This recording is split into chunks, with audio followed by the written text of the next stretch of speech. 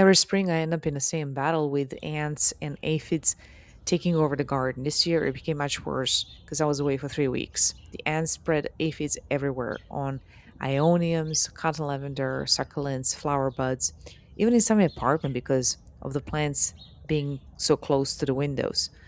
I've been fighting them every day with water sprays, diatomaceous syrup, vinegar, water mixtures, companion plants like lavender, rosemary, mint, and marigolds, and by removing colonies constantly. The numbers have finally reduced, but with the rain and everything blooming, they keep returning.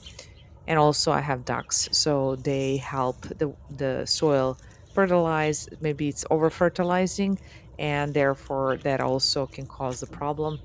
And one thing many people don't realize is that ants protect aphids because they feed on their honeydew.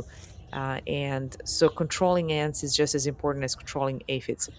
Things that did help me is spraying strong water on affected plants, but try to keep in mind that some plants are more fragile, so therefore you might damage them with a strong um, pressure.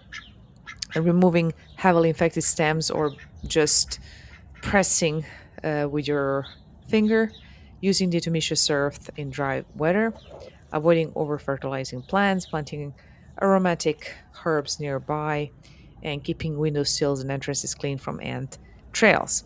Try to stay consistent every single day. So now what you else you can do is if you have to remove immediately the nest, you can use boiling water or soapy water drench, which is easy to make. You mix a few teaspoons of dish soap with water and pour it into the soil. Also, vinegar mixture with water can help. Cayenne or black pepper.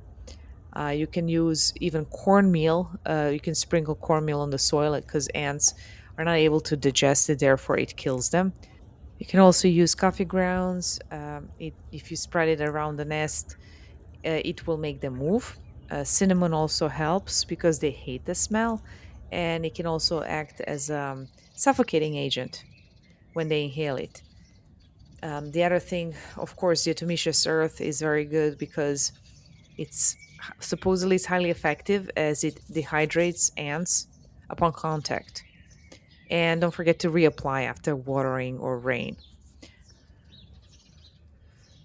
If you want your plants to thrive and have the flowers, then you have to control the ant numbers. If you don't, it will eventually kill the plant. So gardens are beautiful, but they're also constant work and observation. Some years nature feels balanced, and other years it feels like survival.